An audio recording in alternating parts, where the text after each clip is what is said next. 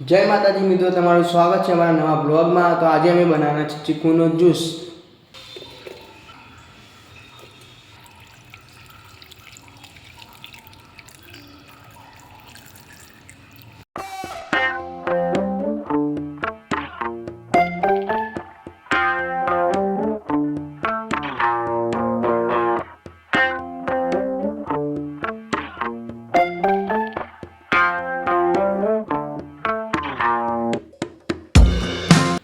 રસ બનીને રેડી થઈ ગયો છે। હવે આપણે ટેસ્ટ કરીએ।